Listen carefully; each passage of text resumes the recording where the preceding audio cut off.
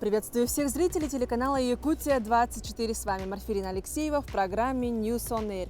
И сегодня в программе мы расскажем новости не только с Якутии, но и со всего Дальнего Востока и даже из Аляски. Расскажем вам о изобретении якутян, туризме, спорте и даже обсудим любимые лакомства горожан. Сезон рыбалки считать открытым. Местные соцсети пестрят фотографиями и видео с рыбалки. На следующем видео вы увидите рыбалку с поселка Уснера.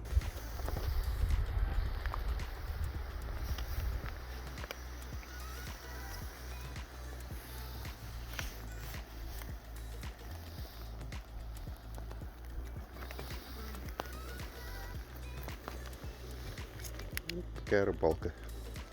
В некоторых районах республики устраивать массовую подледную рыбалку пока еще рановато, но это не мешает местным жителям заниматься народным промыслом. Тянут-потянут, вытянуть не могут. Мужчины и женщины из одного села вытаскивают на берег полный невод рыбы.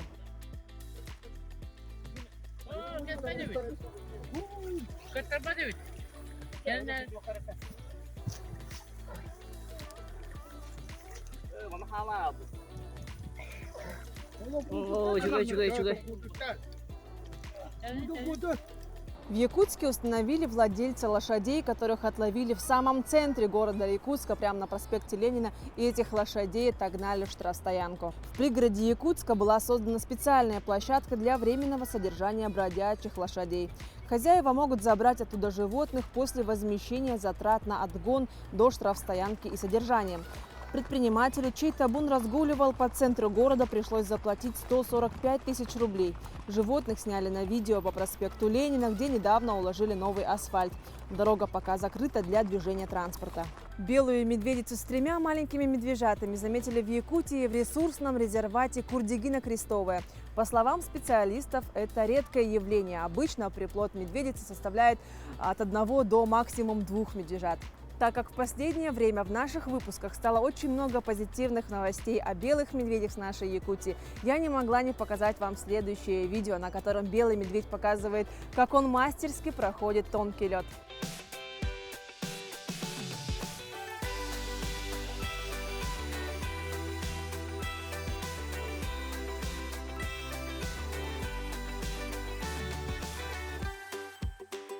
Тем временем на Аляске выбрали самого толстого медведя. На этой неделе завершился конкурс Fat Bear Week на Аляске, на котором выбрали самого толстенького медвежонка. Животные готовятся к спячке, набирая вес поеданием лосося, но не догадываются, что также участвуют в конкурсе. В этом году победил медведь по кличке Отис, самый большой медведь на Земле. Он весит 635 килограмм при среднем весе сородичей от 270 до 400 килограмм.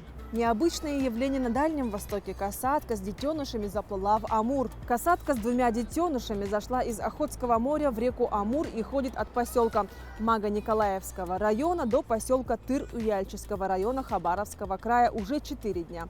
То есть касатки находятся в реке.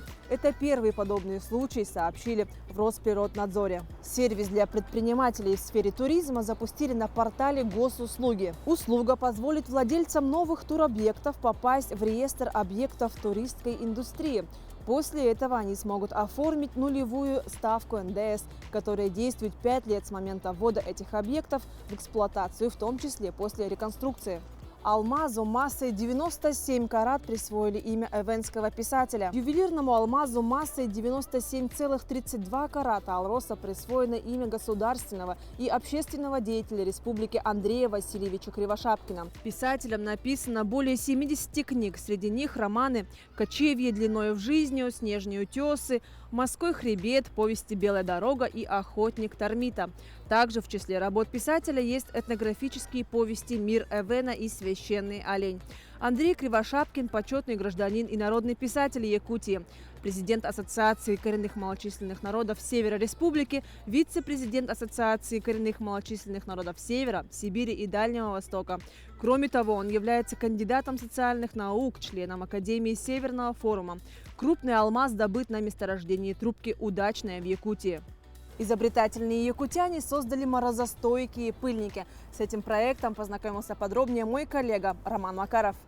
Афанасий Дьяконов работает в сфере материаловедения на протяжении 10 лет. Среди его работ имеются пыльники рулевого наконечника, уплотнители для трансмиссии самосвалов. Одна из его последних разработок – морозостойкий пыльник, который способен сохранять свои основные свойства при экстремальных температурах. Его особенность заключается в том, что он может эксплуатироваться в температурном диапазоне от минус 60 до плюс 80 градусов, без потери своих эластичных свойств. Морозостойкость и дополнительные важные свойства детали были выявлены в ходе испытаний. Испытания проводились в учебно-научно-технической лаборатории технологии полимерных композитов. У нас была большая потребность в этих пыльниках. Вот СФУ разработали, мы их испытали. Зимой очень хорошо показали себя.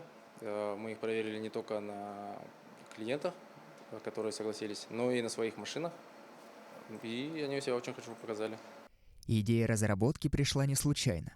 По мнению экспертов, в последнее время пыльники стали менее износостойкими. Как известно, при износе этой детали страдают запчасти переднего привода. Важно учитывать, что от поломки одной относительно дешевой детали может дорого обойтись ремонт всего авто. Проблема в том, что вот такие вот пыльники часто выходят из строя, и вот мы с ними сейчас проводим вместе экспериментальную работу. Точнее, мы разработали пыльники, сейчас им передали для испытаний, и в данное время они проходят. На данный момент выпущена ограниченная серия пыльников в количестве 100 штук. Несмотря на это, испытания продолжаются. Разработчики стремятся к лучшим показателям. Роман Макаров, Семен Семенов, Якутск. В Якутске завершился чемпионат Кубок Сокола-2022. Абсолютным чемпионом стал неоднократный призер соревнований Федерации высоковосточной стрельбы России и Росснайпинга Сергей Яковлев. В последних и самых сложных упражнениях он вырвал победу у фаворита первого дня, многократного чемпиона Геннадия Семенова.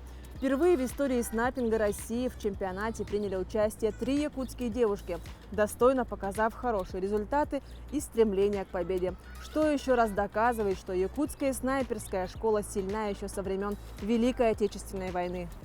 Якутские борцы отличились на турнире в Абакане. Лев Павлов и Артем Слепцов взяли золотые медали. На коврах спорткомплекса имени Булакина выступили в 10 весовых категориях около 200 борцов. За медали турнира боролись спортсмены из Тывы, Якутии, Бурятии, Хакасии, Кемеровской и Новосибирской областей Красноярского края. По итогам соревнований в активе юниорской сборной Якутии 6 медалей, 2 золотые, 2 серебряные и 2 бронзовые награды. Ну и в конце выпуска всем хочу немного приподнять настроение, поговорив о сладостях. Сегодня, 18 октября, празднуется День сладкоежек. А знали ли вы, что когда-то давным-давно конфеты это были не лакомства, а лекарства? Мои коллеги из города Ленска пообщались со своими жителями, а те, в свою очередь, рассказали нашим коллегам о своих самых любимых сладостях. Скажи, пожалуйста, любишь ли ты конфеты и какие именно? Ну, конечно, люблю. Кто же их не любит? Но самое вкусное это какой марк? Маска. Маска, вот они вот прям вообще вкусные. Ну и крокант есть такие. Но больше не припомню. Почему именно эти конфеты? Не знаю, вкусные просто. Скажите, пожалуйста, какие конфеты вы любите? Ну, красная шапочка. А почему именно эти? Ну, потому что, может быть, детство. А так. Вообще-то все конфеты бабаевские, вот так скажем. Скажи, пожалуйста, какие конфеты ты любишь? Шоколадные, потому что они самые вкусные. Ну, раньше был Мишка Косолапый, Красная Шапочка. Сейчас их таких нет, они были вкусные. А сейчас, ну вот раз этих нету, какие? Сейчас даже не знаю, какие мы едим. Какие в магазине есть, такие покупаем. Ну, бывают такие вот шоколадные с вафельками, вот такие бывают вкусные. Названия не знаю, они сейчас меняются названия. Я вообще конфеты не ем, просто не люблю сладкое.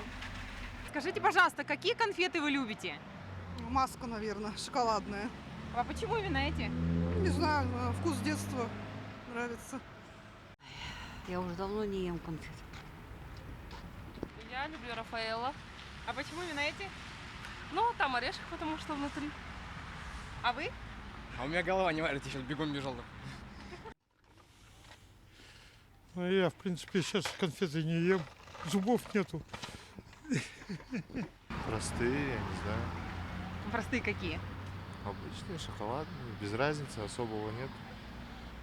Вот муму, самый мне вкусные конфеты, нравятся. Почему именно эта марка? Ну, С почему детства кушаю, с детства. И риски, конечно. Батончики люблю, смотря какие шоколадные, шоколад горький. А почему именно вот эти? Ну, нравится мне и все. Нравится мне просто. И они вкусные. На такой позитивной ноте наш выпуск подошел к концу. Смотрите News on Air по будням в 11 и 17 часов. До новых встреч в эфире!